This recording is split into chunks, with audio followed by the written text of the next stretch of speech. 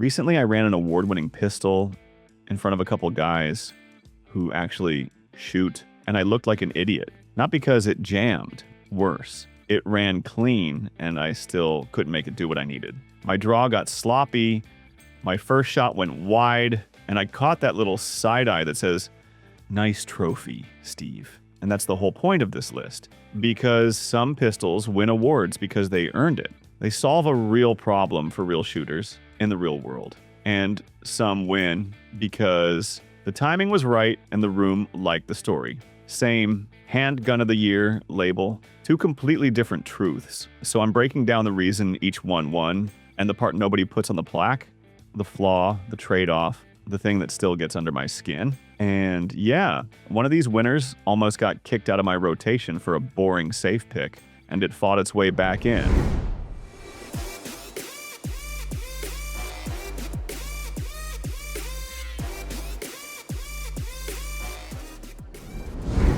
HK VP9 sat on the glass counter at a shop off South Lamar in Austin under those buzzing fluorescent lights that make every premium gun look cheap. I wasn't even shopping for it.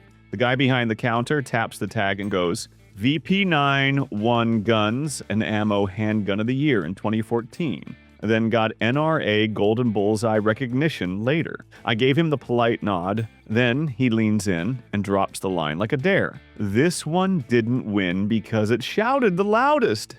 That pissed me off. Sounded rehearsed. So I decided I was going to make it disappoint me. I grabbed it and started hunting for something wrong.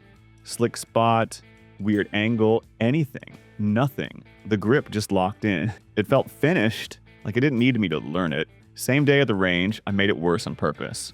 Cold gun, dry mags, cheap ammo, timer on, and I set a stupid rule. First run counts, or it goes back in the case, and I never bring it up again. Two guys behind me, quiet, waiting for the award gun to choke. It didn't. It stayed boring, clean tracking, no drama, hits showing up fast enough to shut everybody up. The VP9 is so easy it can make you lazy. It smooths over sloppy fundamentals and lets your ego think you're better than you are. That's not forgettable. That's dangerous comfort. What I touched after that, not polite, not refined, and I liked it way too much. My usual pistol was already on the bench, mag half full. Target stapled crooked because I was in a hurry and pissed at my own groups. Then a hand slides a CZP-10C across the rubber mat. Like it's a receipt. No pitch, just run this right after. I already knew it won Guns and Ammo Handgun of the Year in 2017. I also had that little voice timing. Slow year, cute trophy. First mag, fine. It ran. It shot. Nothing to write home about. Second mag is where it started getting under my skin because I stopped adjusting. No grip shuffle, no micro correction, no riding the trigger like I'm bargaining with it. The P10C just settled faster than my brain. Sights came back to center without me dragging them there. The break didn't fight me, the reset didn't surprise me. Same distance, same rhythm, same bad mood, and the hits tightened up like somebody erased my mistakes. That's when the award stopped being a plaque and started being an accusation. I set both pistols down and stared at them longer than I wanted to, because the ugly part wasn't the CZ being good. It was realizing my trusted gun stayed trusted, partly because it was familiar. And even after that, I didn't switch. Walked out with the same old comfort on my hip, and I didn't like what that said about me. My hand patted my waistband again in the HEB parking lot in Austin. Third time in 5 minutes. Keys in one hand, grocery bags cutting into my fingers, sweat running down my back, and I'm doing that stupid little check like I lost my wallet because I was carrying the Springfield Hellcat and the damn thing disappeared so well it made me paranoid. That's the weird part. Usually, small gun means you accept you're undergunned or you're gonna shoot it like garbage once you speed up. So when a tiny pistol starts feeling like it isn't even there, your brain goes, cool. So what else did I lose? I kept checking it all day. Not because it was uncomfortable, because it wasn't. And that bothered me more. Later, it finally clicked why this thing grabbed 2020 Handgun of the Year. It made small stop feeling like a backup category. It made people buy micro compacts like they were real primaries. Here's the catch. And this is the part nobody puts in the trophy. That tiny format asks a lot of some hands. When I ran it fast, the snap tried to steal the front sight. Not a jam problem. A confidence problem. The gun's capable. But if you're rushed or tired, it'll make you earn it. And I still don't love that. Walther fanboys are the worst, like all trigger, no skill. That came from the next lane at an indoor range up in DFW, right while I was loading mags. Lane dividers rattling, brass pinging concrete, that burnt powder stink living in your hoodie. I didn't argue. I didn't defend it like a dork. I just set the Walther PDP on the bench and slid it over. He's still smirking, so I hit him with it. Guns and Ammo Handgun of the Year 2021, one magazine. Then tell me what exactly made this pistol win awards. He takes it like he's doing me a favor. First string, his normal spray and pray rhythm, suddenly tightens up. Not magic, just cleaner.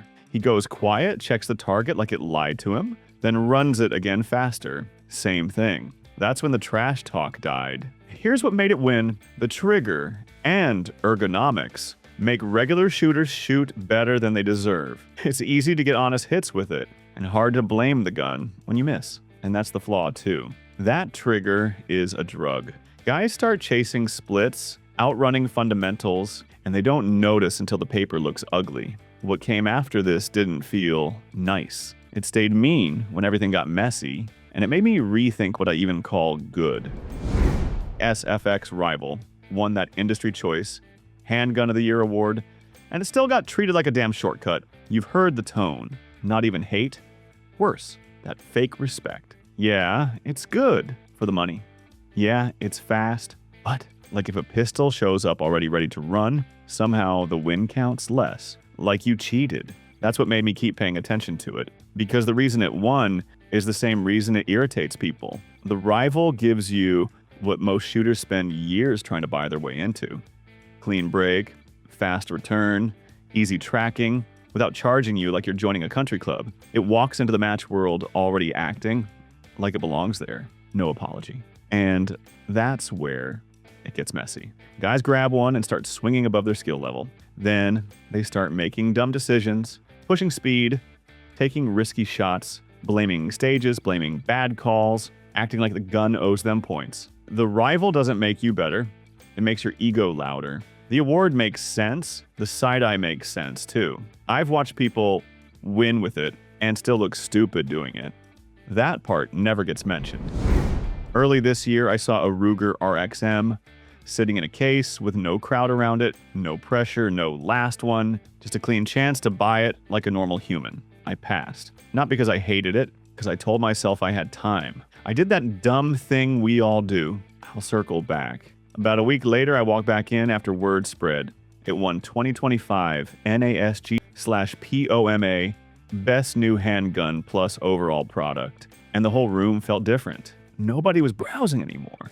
Guys were standing too close to the glass, pretending they weren't. The questions got quiet and direct. Any more coming? What's the hold? Can you put my name on one? The staff stopped giving answers and started giving half answers. That's how you know it's gone. One in the case, 3 people acting casual, and one guy already holding his wallet like it was a weapon. That's what that award did. It didn't just crown the gun, it weaponized time. RXM stopped being a purchase and turned into a timing game. This gun might deserve the recognition, but scarcity makes people make dumb decisions. Overpay, rush. Buy it angry, just so they aren't late. What came after that wasn't about timing at all. It was the first award winner I actually trusted like a duty gun. And it still left one problem I couldn't talk myself out of. The arguing started before I even touched it. Not friendly debate, real splitting the room stuff. One guy laughs, another guy gets tight in the jaw like somebody's insulted his family. And then the award gets dropped like a match. NRA 2024 Golden Bullseye, Handgun of the Year. Instead of ending the talk, it made it worse. That trophy didn't crown the echelon, it weaponized people's opinions. Now it wasn't a new pistol. Now it was a side you picked. So I grabbed the Springfield Armory Echelon and walked straight to the line, while the noise followed me. I'm loading a mag and somebody bumps the bench.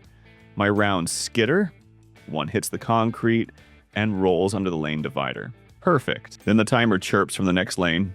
Brass starts raining, and I get a hot case down my collar. That quick panic fidget thing kicks in, hand half reaching for my shirt. Then I say screw it and press out anyway. That's the reason it won awards. The Echelon stays composed in chaos. It tracks flat, returns clean, and doesn't feel like it needs work to behave like a duty gun.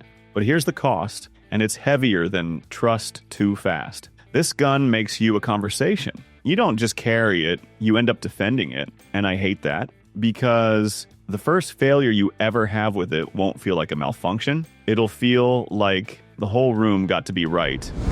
All right, 7 pistols with real trophies attached. And whether you like it or not, awards don't happen by accident. The trick is figuring out which ones earned that win and which ones just got crowned. Because even the real winners come with a price. Some carry like crap, some shoot like a dream and still bite you with one annoying problem every single time. And that Top Gun? It fixed something I hated dealing with, then handed me a new headache I didn't ask for. So tell me straight, what award winner let you down? And which one actually lived up to it when you ran it hard? I'm Steve. If a pistol needs excuses, it didn't earn anything.